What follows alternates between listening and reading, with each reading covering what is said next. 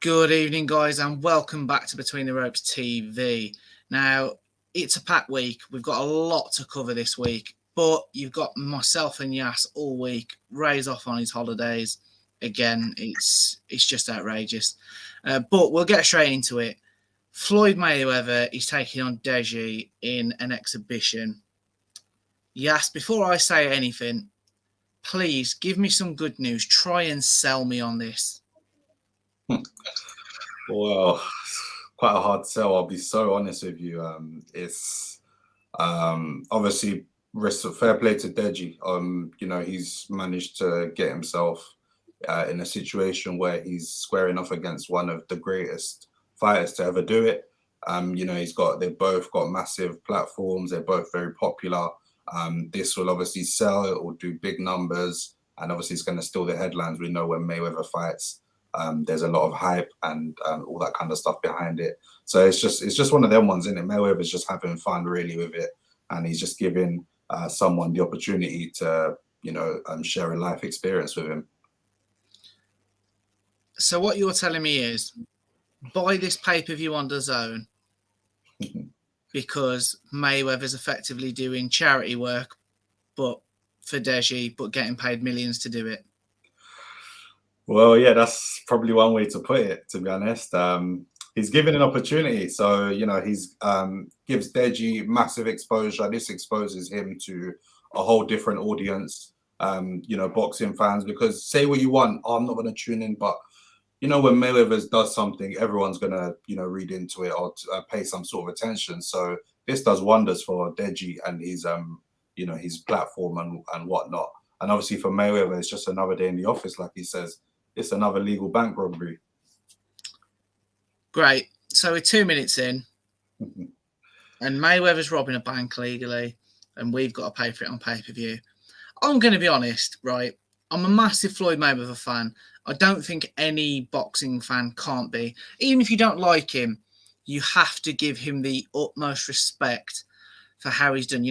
Back to backing himself by buying out his deal with his promoters, saying, I'm going to be on a fighter's check and I'm going to be on a promoter's check. I'm taking the lot. And he's done it. To be doing the 9-figure paydays like he does, 400 million or whatever it was he got for fighting Conor McGregor. Manny Pacquiao was 300 million. I respect it. And I've said it on the channel, and I'm going to keep the same energy. Anybody who steps in the ring deserves to get every last penny, cent, yen, whatever currency you work in, you deserve to milk every last drop out of it because you're risking your life for the fans. So I'm completely okay with that. However, this is where it goes a bit wrong for me, and I don't want to say I'm losing respect for Floyd Mayweather, but I don't like it. He's done a few of these exhibitions now. So he fought Logan Paul. Bad press then with Logan Paul taking him to court for the remainder of his paycheck. A couple of his more recent ones, there's been talk of fixing allegations because the knockout punches didn't look too clean and a million other conspiracy theories. But for me, for the sake of a few $1 million, if he's skint and needs the money, how? But also, fair enough. If a man's got to put bread on the table, as the old saying goes. So if he's going to do it, fine. But at least pick somebody credible. Deji lost. I can't even remember who it was against, but he lost to another influencer YouTuber character. He's got no business being in there.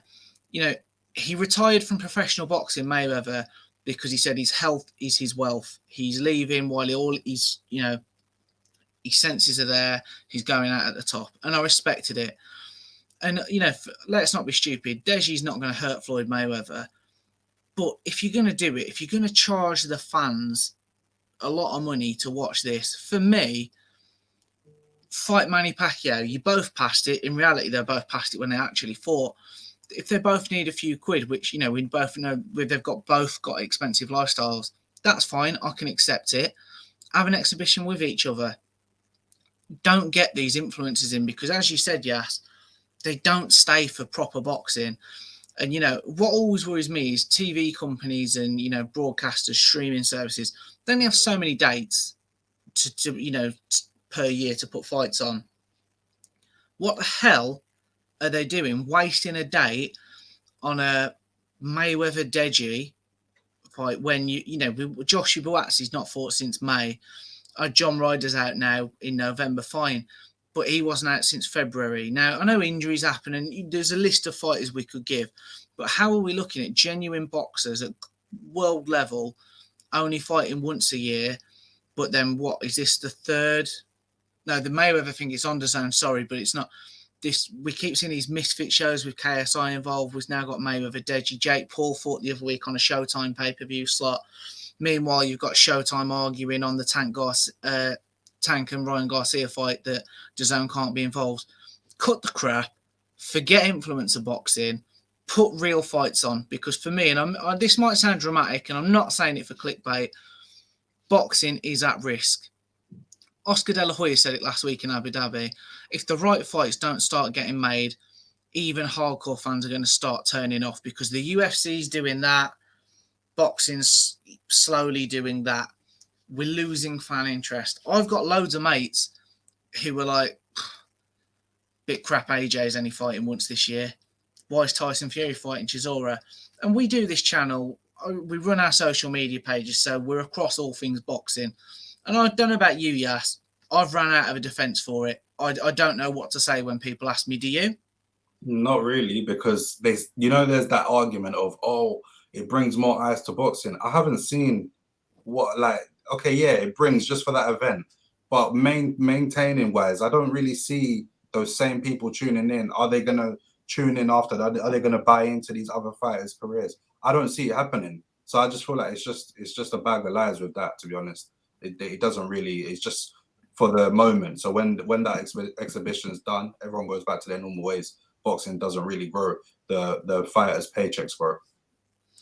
I totally agree. I think all it does for proper boxing is take fight dates off fighters because their dates are being taken up. And there's getting more and more of this. This is a global Titan Series event. And I love what they're trying to do. I really do. They're trying to make a show, and it's not just boxing, it's a big show feel. Jake Paul's there as the guest, and I understand it all. Tommy Fury's fighting on it. He's a joke. I mean, in fact, we'll talk about that. He's fighting Summit Bamba, who's 5-2, but fought jokes. Tommy Fury had the cheek to slag off True Geordie. I'm that angry, I can't even speak. Slag off True Geordie last week, saying he's not had a fight. What does he know? Tommy Fury, if by some miracle you see this, have a proper fight yourself. You've bottled fighting Jake Paul twice. Once you took the fight and you knew you couldn't travel, you're a joke. First time, I've got a broken rib. 2 weeks before, you had your big brother, who was the only reason you're anything, saying that you could turn up and beat Jake Paul with a broken rib, both arms tied behind your back, and you bottled it. That's all this is about, to get that Jake Paul fight made. And saying it sells out a stadium, do you know what? I'm going to say it, yes. If Tommy Fury and Jake Paul gets made in the UK and sells out a stadium of over 70,000, I'm done with boxing. And I love it. I've loved it for as long as I can remember. But if that's how have we got stadium fights? I think back to Froch Groves 2, Joshua Klitschko, Fury White got no issues with it at all. Great fights that deserve that setting. Tommy Fury, who can't call himself a boxer, he's living off his brother for clout, and his missus, in fact. Jake Paul selling out a stadium. That's where this influencer boxing is going. And Floyd Mayweather, please, you're a Hall of Famer, for God's sake. Cut the crap. You must have made your money. If you haven't, do something more credible. Become a trainer. Help the next generation. I'm done, Yas. I can't speak about this absolute crap anymore. You got anything to say?